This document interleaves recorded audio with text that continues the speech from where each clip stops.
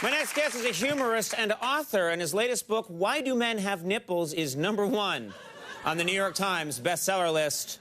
What a great country we have. Please welcome Mark Leyner.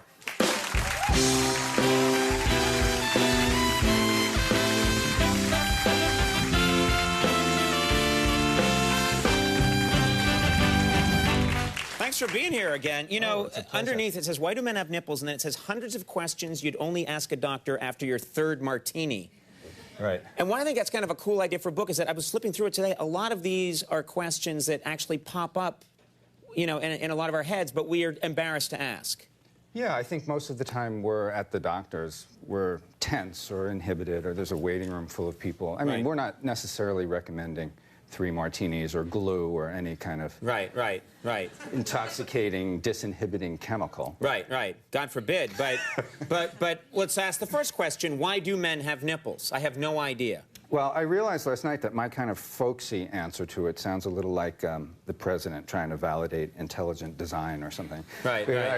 It's like, well, men have nipples, so we don't put our shirts on backwards. You know, they're like these directional icons on packing crates. This is the front. This side up. Yeah, right. No, the real reason, though, is that in the uterus, we all develop from a female template, and it's not until about 6 weeks into development that males develop their characteristics. So nipples are just a kind of vestige, a mammary memory. We like to say. Beautiful memory. This is so you're saying that a man we all begin as women, and then a little bit into the process we start the changing into the virile men we are today, but we keep the vestige. They're vestigial. They're vestigial. Okay. Exactly. That's very nice. That's the whole secret of you say that you got interested in this book because you had a job once in a drugstore, and that's what actually got you interested? Well, when my co-author, Billy Goldberg, came to me and he had this idea, it really made me think back to this job I had. When I was 20, I was a cashier at a Rite Aid. And it made me realize how desperate people are for experts in medical information. I mean, who's going to ask? Even asking a pharmacist, I think, is a stretch. He's not a doctor, but some like drug-addled, red-eyed cashier, 20-year-old cashier. Yeah, but I think we've all had that experience of I've been in like a CVS and I've gone up to the 19-year-old with acne and said, like, does this look like a tumor over here? You know, you just want someone you want some advice. You need it then. I remember this guy coming up and lifting his shirt and had some oozing sore on his stomach. He said, do you know what this is? You know, and I said, yes, aisle 38 over there. I picked the furthest thing in the store. I said, we have an ointment just for... Yeah, it's called anti-ooze. Yeah. Ooze be gone. Is it...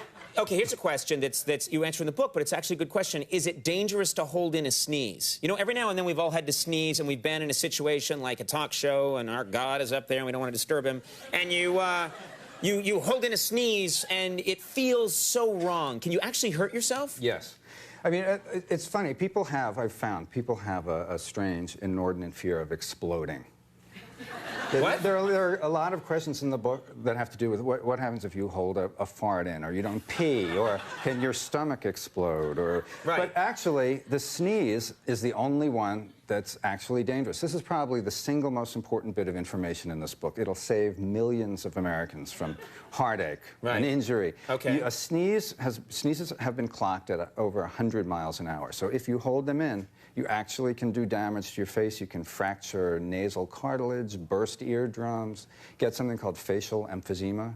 It's bad. You got to let it. So a really great way for a ninja to kill someone is wait for them to sneeze and cover their nose, and they'd be like, "Darn!" and then they'd be dead. This would be a great. That's perfect. La Bamba, have some pepper. Is it?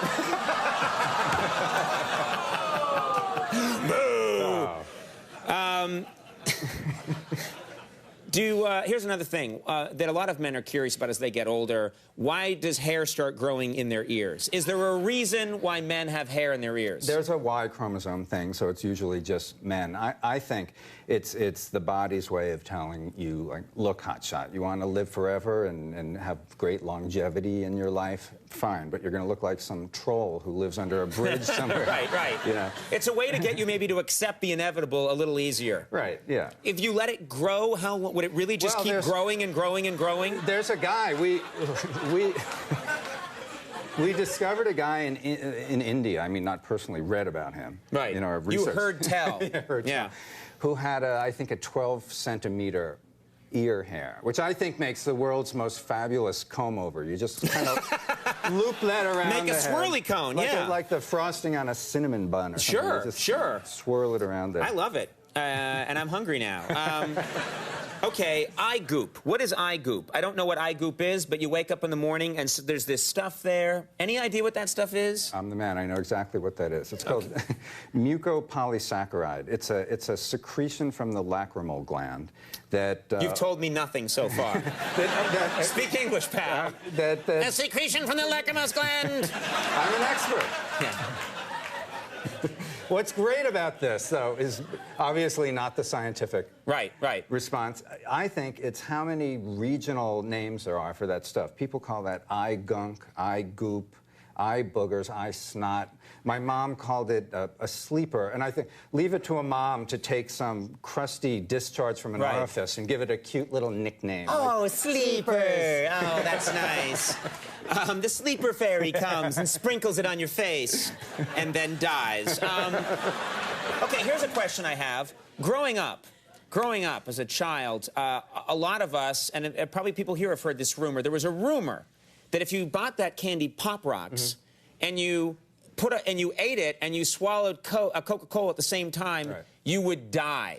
It would cause a chemical reaction in your body, your chest would explode. You'd blow up. And you hear that different celebrities had died that way, like the kid Mikey from the Mikey commercial. You heard that he had eaten some Pop Rocks and took Coke and then died. Any truth to that? No. There's End no of interview. All right. No, it's not true. I love this this fear of exploding, though. That's just another example. That's another one. Of this strange symptom of.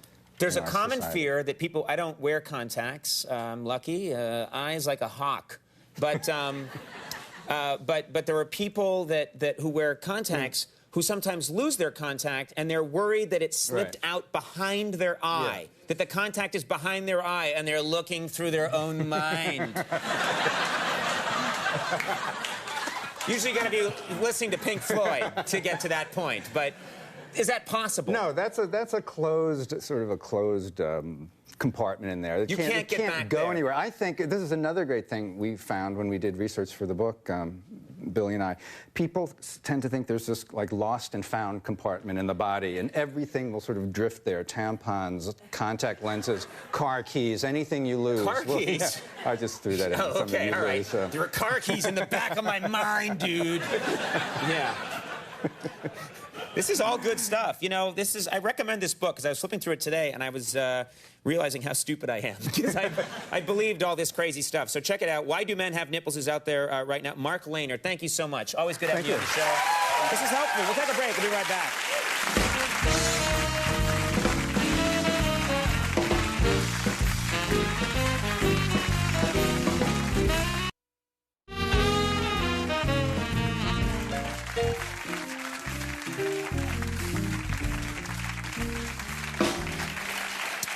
All right, everybody, that is our show. Does licorice cause high blood pressure? Some of these are crazy. I do want to thank my guest, Mr. Mark Leyner. Thanks for being here. Yeah. Thank you. Very good. Thanks to Val Kilmer for stopping by. Thanks to Gabrielle Union for being here. Max Weinberg 7. Stay tuned for the last call with Clark today. Bye, everybody. Bye.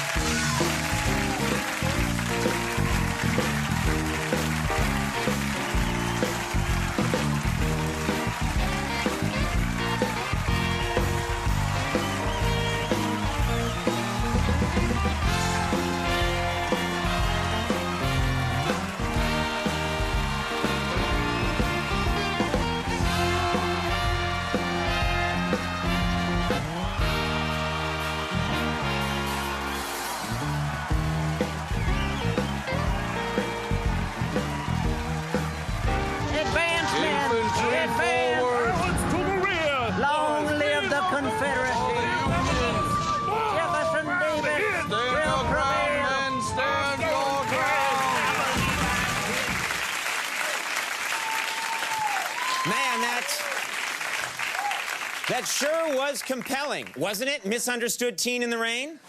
Get off my back, man! Sally and I are solving! hates Sally! Hey, and what do you think? Shrieking raccoon with a jetpack?